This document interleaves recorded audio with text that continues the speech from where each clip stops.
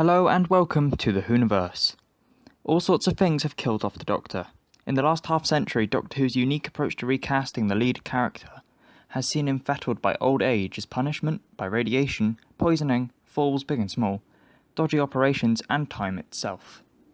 There are plenty of in-universe reasons for why the Doctor regenerates, and the outgoing Time Lord Peter Capaldi promises that his upcoming demise will be suitably timey-wimey. But what of the behind-the-scenes reasons that the Doctor has to go? While you're enjoying it, leave, said Capaldi when asked why he was leaving Doctor Who on the Graham Norton show back in April. Some had speculated that Capaldi, a lifelong fan of the series, might stick around in the job for years to come, and indeed he was reportedly invited to stay on by Chris Chibnall, who will replace Stephen Moffat as the executive producer and showrunner next year. But there are all sorts of reasons why actors don't stick around and play the part forever. There is a logic to 3 years, Moffat told SFX magazine recently on the subject of the average Doctor's tenure and Capaldi's impending departure. And for an actor of Peter's stature and brilliance, he's cracked it now, he's done it, and now he can go on and do another one.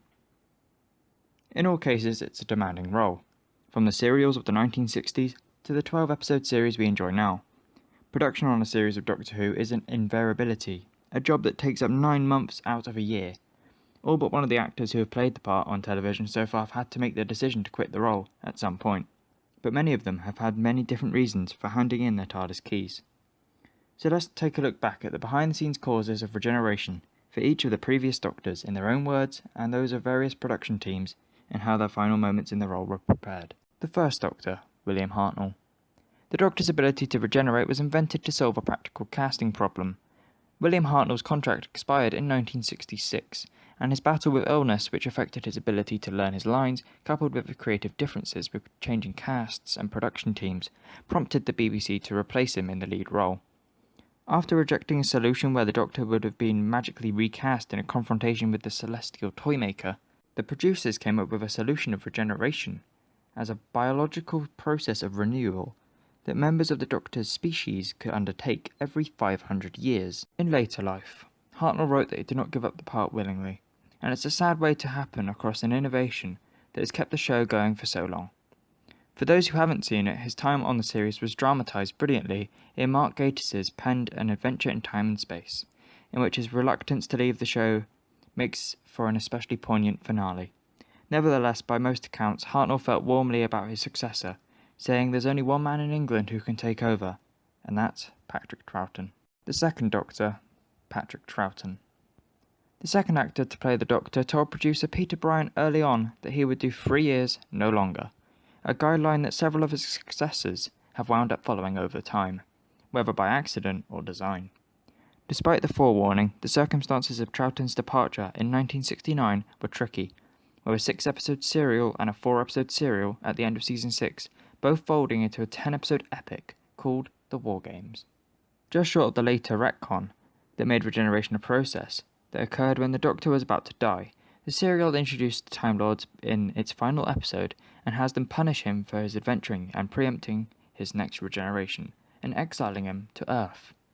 Episode 10 ends with Troughton still in the process of regenerating, leaving an open ending for when the third Doctor was eventually cast. The third Doctor, Jon Pertwee. Season 11 brought a lot of changes to Doctor Who. The Doctor was visiting alien planets again, after 4 seasons of Earthbound exploits. Katie Manning had left the show to be replaced by Elizabeth Sladen as Sarah Jane Smith. And tragically, Roger Delgado died in a car accident, while the writers were cooking up a final showdown with the Master. All of these factors informed Pertwee's decision to resign from the lead role, which in turn spurred producers Barry Letts and Terence Dicks to exit at the end of the season as well.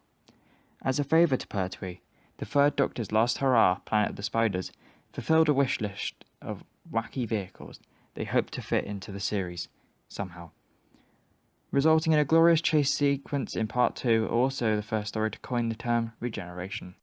The fourth Doctor, Tom Baker. It's likely that there will never be a longer-serving Doctor in the TV series than Tom Baker, who stayed in the role for 7 years. Towards the end of his run, incoming producer, John Nathan Turner, made a number of changes that Baker didn't agree with, and as a result of his creative differences with the production team over how the part should be written and played, he decided to hang up his scarf. The influx of new characters was an issue for him too, as the Fourth Doctor gained 3 new companions in his last season, who were inherited by Peter Davison's incarnation. A few years afterwards, he declined to return for the 20th anniversary special, The Five Doctors, but made up with Nathan Turner in the following years. The Fifth Doctor, Peter Davison. Davison was the first actor to take the part who had watched the show as a child, and his portrayal was informed by his own doctors, Hartnell and Troughton. As an actor, he particularly looked up to Troughton, who he worked with on the 20th anniversary special, The Five Doctors, and reaffirmed his commitment to moving on after 3 years in the part. Unlike most actors who have played the part, Davison's last story, The Caves of Androzani, was also his very best, and in interviews since he has often spoken about wishing he'd done a 4th year. In 2013, he wrote, directed and starred as a version of himself in the alternative 50th anniversary special, The Five-ish Doctors Revisited, a hilarious Curb Your Enthusiasm-esque escapade in which he and 2 of his successors are actually quite desperate to get back into Doctor Who. The Sixth Doctor, Colin Baker.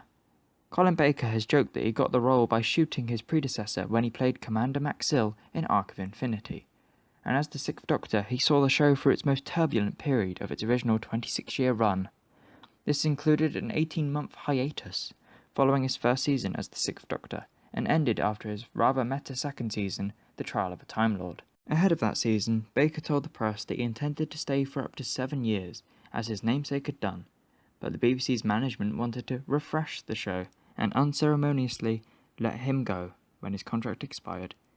Famously, he refused to return for a Regeneration scene at the start of the following season, and Sylvester McCoy wound up donning a blonde wig for the before shot. The Seventh Doctor, Sylvester McCoy. By the end of the 1980s, the show was starting to pick up again, with the all-timer pairing of McCoy, the Seventh Doctor, and Sophie Aldred as Ace. But when the BBC announced a longer hiatus after the end of season 27, McCoy was still technically the current Doctor. He remained so until the 1996 TV movie, in which he was invited back to regenerate. The size of McCoy's role fluctuated during the scripting phase, but as is, he is the pretty sizable chunk of the film, and given the way his era started, it's nice that he was there for a more admirable transition this time around.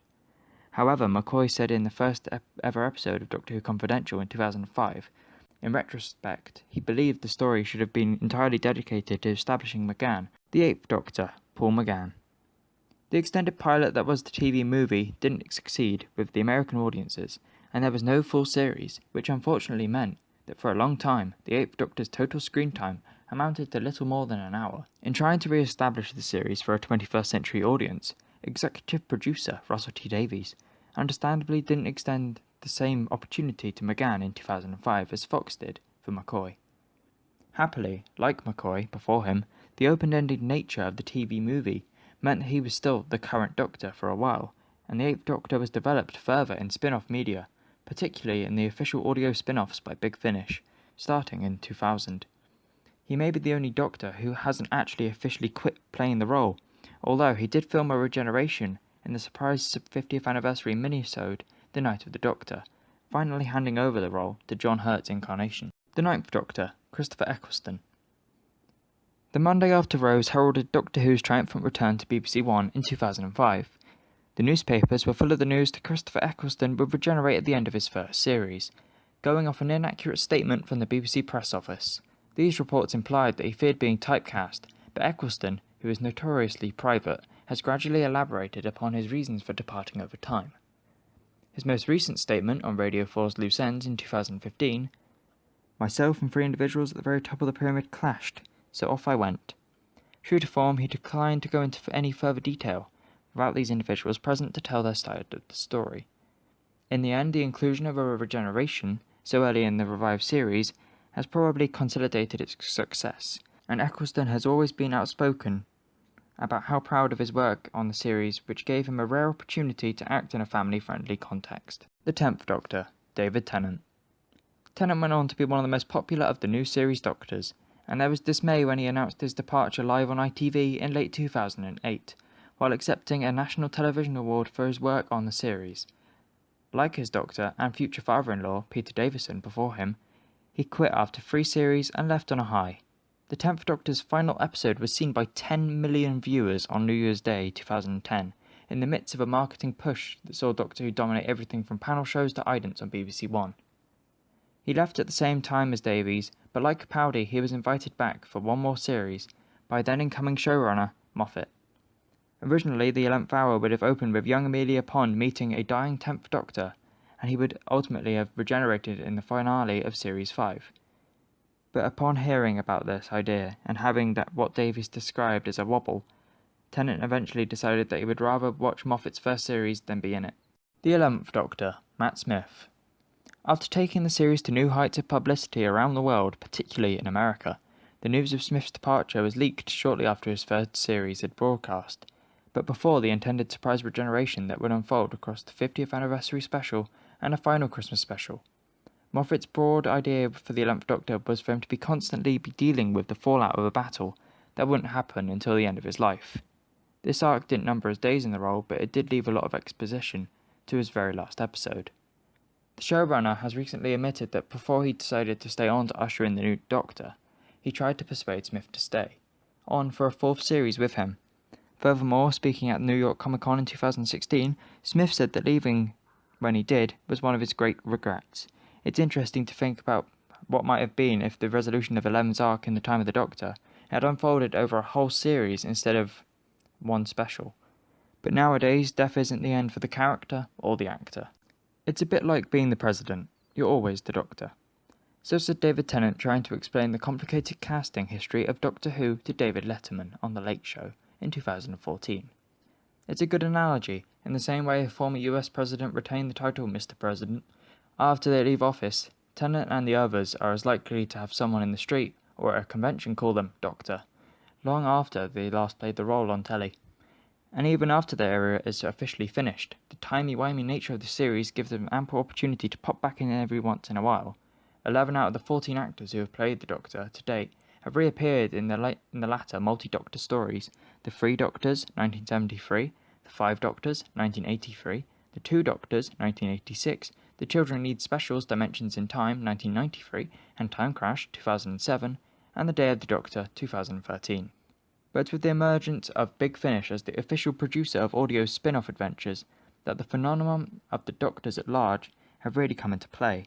Pre-2005 Doctors Davison, Colin Baker, McCoy and McGann have all been on the roster for a while, expanding upon their performances and earlier continuities. The character of the 6th Doctor has come in for a particularly positive reprisal in their audio range. In recent years, the company has also secured a license for characters and story elements from the new series, which allowed them to reunite Tennant and Catherine Tate as the 10th Doctor and Donna Noble for a box set of new adventures.